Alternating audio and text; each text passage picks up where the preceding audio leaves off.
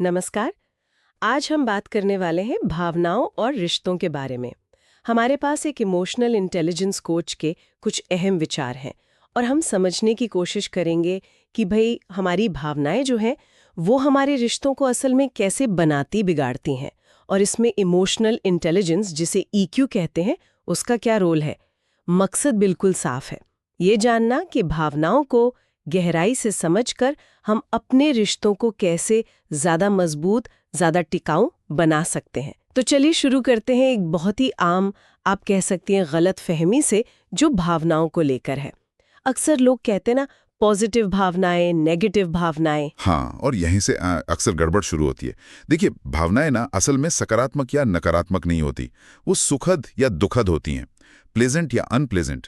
हर भावना, चाहे वो गुस्सा ही क्यों ना हो या उदासी या खुशी, वो एक जरूरी मैसेज, एक संकेत लेकर आती है। अच्छा। जैसे जैसे हो सकता है गुस्सा ये बता रहा हो कि आपकी कोई सीमा लांघी गई है, या उदासी किसी नुकसान का संकेत दे रही हो। तो इन्हें दबाना या इग्नोर करना, इसकी बजाय इनके पीछे का मतलब समझना, यही तो है भावनात्मक बुद्धिमत्ता, मतलब ईक्यू का पहला कदम। ईक्यू का मतलब ये अपनी भावनाओं को पहचानना, उन्हें समझना, उन्हें मैनेज करना और सिर्फ रिएक्ट करने के बजाय सोच समझकर रिस्पॉन्ड करना सीखना। अच्छा, मतलब सिर्फ महसूस करना काफी नहीं है, उसे समझना और फिर सही तरह से एक्ट करना। तो फिर ये जो सुखद और दुखद भावनाएं हैं, ये रिश्तों पर असर कैसे डालती हैं, खासकर तब जब बाहर से देखने में तो सब ठीक लग रहा हो? हाँ, ये बहुत अच्छा सवाल है। हाँ। देखिए, जैसे हमारी शारीरिक जरूरतें होती हैं, भूख, प्यास, नींद, हाँ। वैसे ही हमारी कुछ बुनियादी भावनात्मक जरूरतें भी होती हैं। हाँ। रिसर्च बताती है करीब 9 ऐसी जरूरतें हैं। 9? कौन कौन सी? हाँ, जैसे कि सुरक्षा का एहसास होना, दूसरों से जुड़ाव महसूस करना, या ध्यान मिलना, अपनी जिंदगी में थोड़ा कंट्रोल महसूस करना, जीवन का कोई मतलब, कोई उद्देश्य होना, फिर अपनी प्राइवेसी मतलब निजता का होना, किसी कम्युनिटी या समूह का हिस्सा महसूस करना, गहरी भावनात्मक नजदीकी जो सिर्फ शारीरिक न हो, समाज में एक जगह, एक स्टेटस होना, और कुछ हासिल करने का, उपलब्धि का एहसास। अच्छा, ये तो काफी सारी हैं। हाँ, और अगर इनमें से कोई भी अहम जरूरत मतलब कोर नीड लगातार पूरी नहीं हो रही है ना, तो अंदर ही अंदर एक खालीपन, एक असंतोष सा महसूस होने लगता है।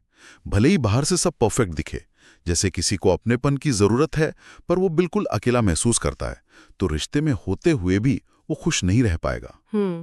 तो इन जरूरतों को पहचानना और उन्हें किसी हद तक पूरा करने की कोशिश करना, ये अंदरूनी सुकून और रिश्तों की मजबूती दोनों के लिए बहुत जरूरी है।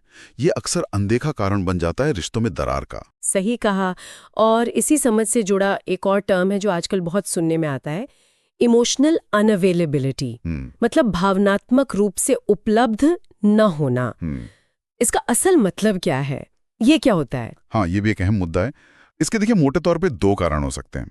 पहला कि शायद वो इंसान सच में नहीं जानता कि अपनी या दूसरों के भावनाओं को कैसे समझें, कैसे एक्सप्रेस करें, मतलब उसमें वो स्किल ही नहीं है। या दूसरा ये भी हो सकता है कि वो जानबूझकर किसी खास रिश्ते में भावनात्मक गहराई से बच रहा है, क्योंकि उसे वो गहरा कनेक्शन चाहिए ही नहीं। अच्छा, तो पहचाने कैसे? या ना, शब्दों से ज्यादा व्यवहार देखना जरूरी है।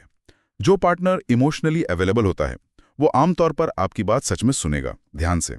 मुश्किल वक्त में सिर्फ सलाह देकर या टॉपिक बदलकर ध्यान बटाने की कोशिश नहीं करेगा, बल्कि साथ देगा। ये दिखाता है कि वो शायद खुद भी अपनी भावनाओं से सहज है।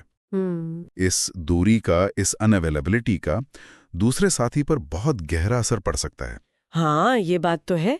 और देखिए, मीडिया में, फिल्मों में रिश्तों को कितना आसान दिखाया जाता है, मिले, प्यार हुआ, सब बढ़िया। लेकिन असल जिंदगी तो काफी पेचीदा होती है। तो मजबूत, टिकने वाले रिश्ते बनाने के लिए सबसे जरूरी क्या है?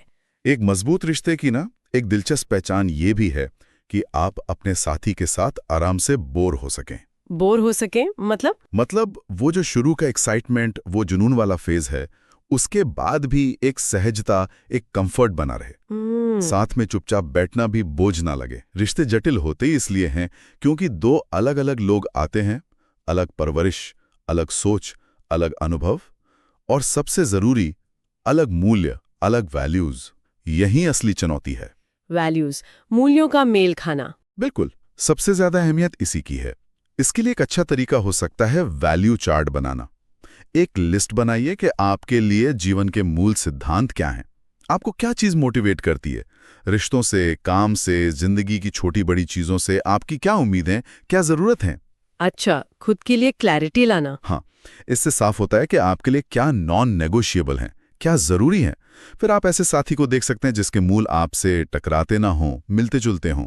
अक्सर क्या होता है, लोग ऊपरी आकर्षण में आ जाते हैं, लेकिन उनके कोर वैल्यूज़ बिल्कुल अलग होते हैं और वो सोचते हैं कि चलो कोई नहीं, प्यार सब ठीक कर देगा या मैं इसे बदल दूंगी या दूंगी। हाँ, ये सोच तो बहुत कॉमन है। और यही बाद में कड़वाहट पैदा करती है।